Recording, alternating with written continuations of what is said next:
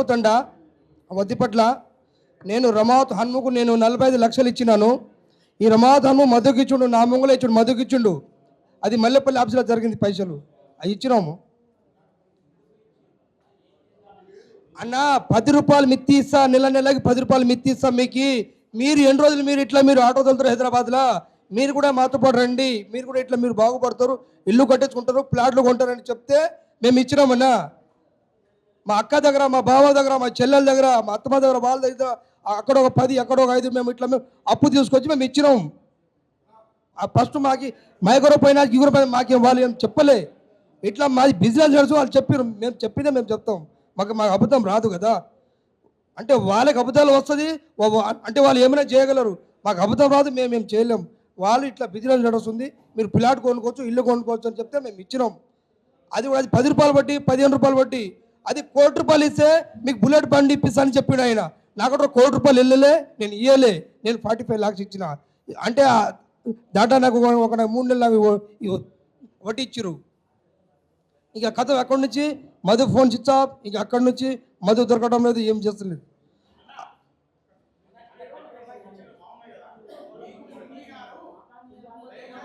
మంగళి అదేనా నెల అందరికీ నమస్కారం మీడియా మిత్రులకు. నా పేరు రామావత్ అజయ్ కుమార్. నాది వద్దిపట్ల గ్రామం, పడమట్టండ విలేజ్.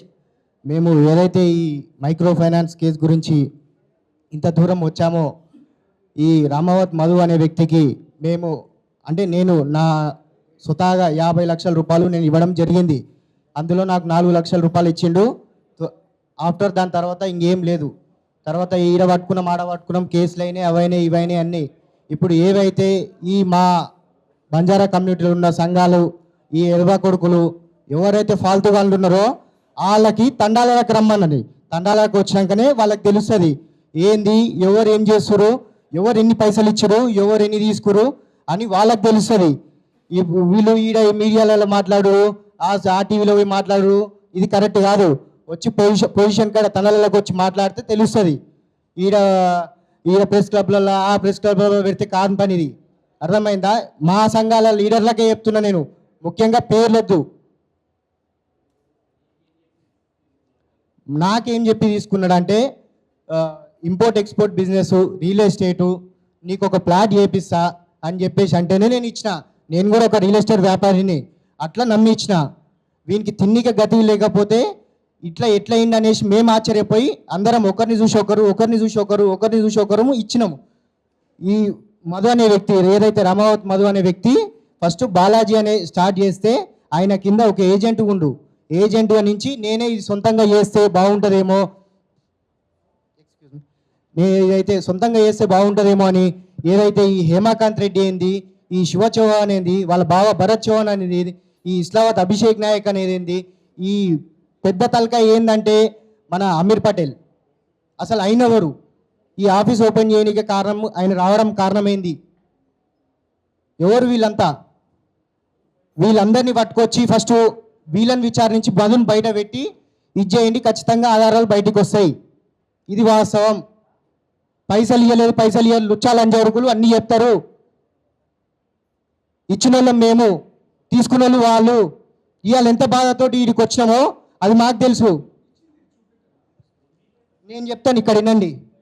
ఓన్లీ మా తండ వరకే, మా విలేజ్ వరకే రామావత్ నాగేష్ హర్లాల్ సన్ ఆఫ్ 24,50,000, రామావత్ పిక్యా 60,50,000, రామావత్ చంద 48 లక్షలు, రామావత్ కోటేష్ 6,90,68,000, రామావత్ హన్మ 1,42 లక్షలు, రామావత్ హన్ము 69 లక్షలు, రామావత్ చత్రు 1,04 లక్షలు, ఇస్లావత్ జై సన్నాఫ్ దస్సు 18,52,83,000, రామావత్ అజయ్ కుమార్ అంటే నేను 50 లక్షల రూపాయలు, రామావత్ లక్ష్మ 2,37 లక్షలు, రామావత్ లచ్చిరామ్ 24 లక్షలు, రామావత్ లక్ష్మ సీత సన్నాఫ్ 29 కోట్లు, నేనావత్ కుర్ర శిల్ప 11 లక్షలు. దీనికి మొత్తం ఈ విధంగా ఇన్ని గణం లక్షలు ఇచ్చి మేము ఎంత బాధపడుతున్నామో అది మాకు తెలుసు. ఈ మీడియా మిత్రులు ఇది రాసి అలాగే 57 లక్షలు సార్. ఫస్ట్లో 11 లక్షలు ఇచ్చినాం సార్. నా పేరు కొర్ర శిల్ప. ఫస్ట్లో 11 లక్షలు ఇచ్చినాం. 6 నెలలు నడిచింది. 6 నెలలు మంచిగా వడ్డీ వచ్చింది. మీకు మంచిగా ఇస్తామా, ఇవ్వండి పైసలు అని అన్నారు. అనే వరకు ఇక్కడక్కడ తెచ్చి పైసలు ఇచ్చినాం. చుట్టాల కాడ పోయి పైసలు అడక్కొచ్చినామన్నా వడ్డీతోని. ఇంట్రెస్ట్ 2 రూపాయల వడ్డీతో తీసుకొచ్చినాం. మాకు 10 రూపాయల వడ్డీ ఇస్తామని అన్నారు. అయితే ఆ 11 లక్షలు మా సొంతం పైసలు ఇస్తే 6 నెలల ముందు ఇచ్చినాము. 11 లక్షలది 6 నెలలు మంచిగా వడ్డీ వచ్చింది. మంచిగా ఇచ్చిండు. మంచిగానే ఇస్తుండు కదా అని, రాజు నువ్వు ఇంకా పైసలు తీసుకురా, నీకు మంచిగా వడ్డీ కట్టిస్తా, మంచిగా పైసలు ఇస్తంటే ఇంకా మా కొడుకు ఇక్కడక్కడ తిరిగి 57 లక్షలు తెచ్చి ఇచ్చిండు సార్. ఒక్క రూపాయి వడ్డీ కూడా తినలేము మేము ఇప్పటిదాకా. అయితే వాళ్ళు వచ్చి మా ఇంటికాడ వచ్చి ఏమంటారు, నీకు ఇచ్చినాం మేము పైసలు, మాకు తెచ్చి, లేకుంటే నీ ఇల్లు అయినాము, నీ కిడ్నీ అమ్ముతాం పా అని గుంజుతున్నారు సార్ మా వాళ్ళు వచ్చి. నీకు కిడ్నీ అమ్మి మాకు డబ్బులు, మేము వాళ్ళకు మధుకు పోయి ఇయ్యలే, మేము మధుకు పోయి చూడలే, మీకు పోయి చూసి మీకు ఇచ్చినాం మేము అని వాళ్ళు మాకు సంతాయిస్తున్నారు.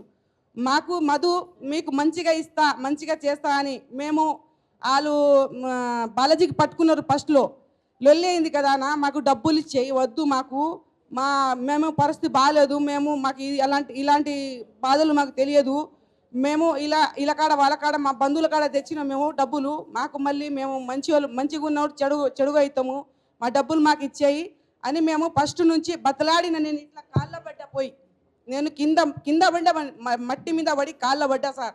వండర్ల కాడ దొరికింది ఒకసారి. వండర్ల కాడ దొరికితే చాలా మంది వచ్చి రోదిపట్లోళ్ళు, నేను ఒకదాని లేడీస్ ఉన్నా, అందులో ఒకదాని లేడీస్ ఉంటే కాళ్ళ పడ్డా పోయి, కాళ్ళ బట్టి ఏడిచి కూడా, నేను కాళ్ళ బట్టి ఏడిచినా కూడా నాకు వీళ్ళు చూడకుండా వాళ్ళకి గుంజుకపోయారు, ఒత్తిపట్ల గుంజుకపోయారు. నాకు డబ్బులు ఇచ్చే సార్, మా పరిస్థితి బాగాలేదు, మాకు ఒక బిడ్డ పెళ్ళికి ఉంది, పెళ్ళికి అవుతుందేమో డబ్బులు అని నేను ఇచ్చేసిన.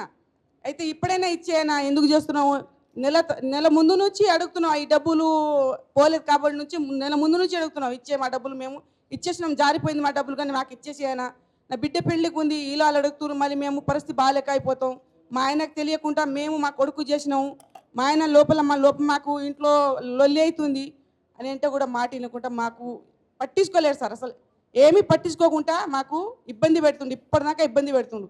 నాది ప్లాట్లు ఉన్నాయి, నేను లారీలు దందా చేస్తున్నాను, నేను ఉల్లిగడ్డ దందా చేస్తున్నా అని మాకు మొత్తం నటించిండు సార్. 10 రూపాయలు వడ్డీ వస్తుంది కదమ్మా, నువ్వు ఎందుకు బాధపడుతున్నావు, నువ్వు బాగుపడతావు, నువ్వు మంచిగా కార్లో తిరుగుతావు, అందరు బంగారం కొనుక్కుంటారు, అందరు కార్లు కొనుక్కుంటారు, నీకెందుకు, నీ బిదా ఉన్నావు కదా అని చెప్పిండు సార్. ఇంతకుముందు చెప్పి మాకు నటించి అక్కడ మొత్తం ఇంకా డబ్బులు తీసుకురండి, మా అల్లుడు, మా పెళ్లి చేసినావు కదా, పెళ్లి చేసిన పైసలు కూడా మా పెద్ద అల్లుడికి మా పెద్ద బిడ్డకి పెళ్లి చేసిన ఆయన కూడా తెచ్చి మాకే ఇచ్చిండు.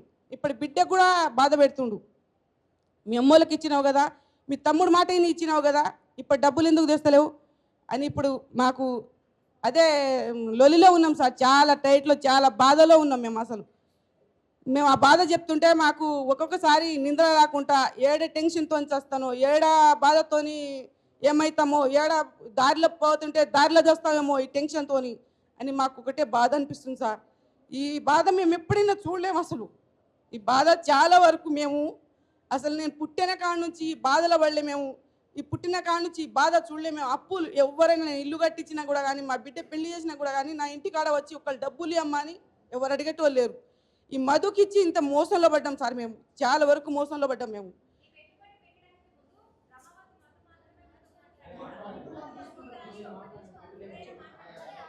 రమావత్ మధే మాకు ఫస్ట్ నుంచి 11 లక్షలు ఇచ్చినా కదా, మంచిగా వడ్డీ ఇస్తున్నామ్మా, మంచిగా చేస్తున్నా, నేను మంచిగా చేస్తున్నా కదా అని నేను అందరితో మంగళతో తిరుగుతున్నా, పెద్ద పెద్ద నాయకులతో తిరుగుతున్నా, నేను నా మంచిగా రిలేషన్ నడుస్తుంది, మంచిగానే నడుస్తుందమ్మా, మీ పైసలు ఎక్కడ పోవు అన్న, ఇంట్లో లొల్లి అవుతుంది కదా, బాలాజీ మీద ఇట్లా లొల్లి అవుతుంది, ఇట్లా కేసులో పోతుంది కదా అని అంటే ఏమన్నాడు మాకు, అమ్మ వాళ్ళు కళ్ళు అరవక వీళ్ళు బాగుపడుతురని వాళ్ళు కేసు పెట్టిరు అంతే, కానీ మీకు మోసం చేయము, మేము 10 రూపాయలు వడ్డీ 10 మంది బతకాలే అని మేము మంచిగా చేస్తున్నాం, కానీ మీకు మోసం చేస్తలేమమ్మా మేము అని నటించింది సార్.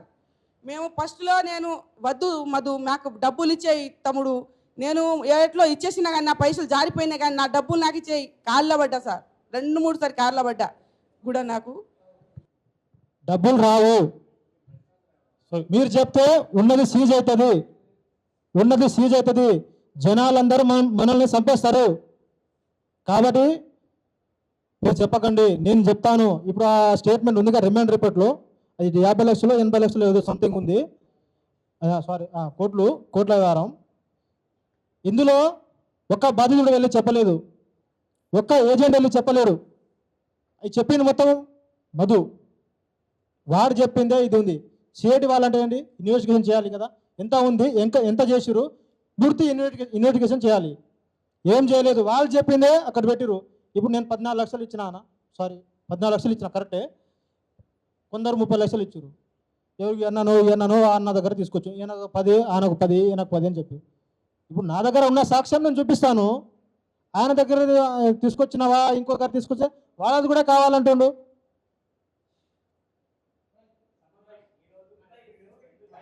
నేను తమ్ముడు కూడా మాట్లాడిన తర్వాత నేను మాట్లాడతాను, చెప్తాను నేను.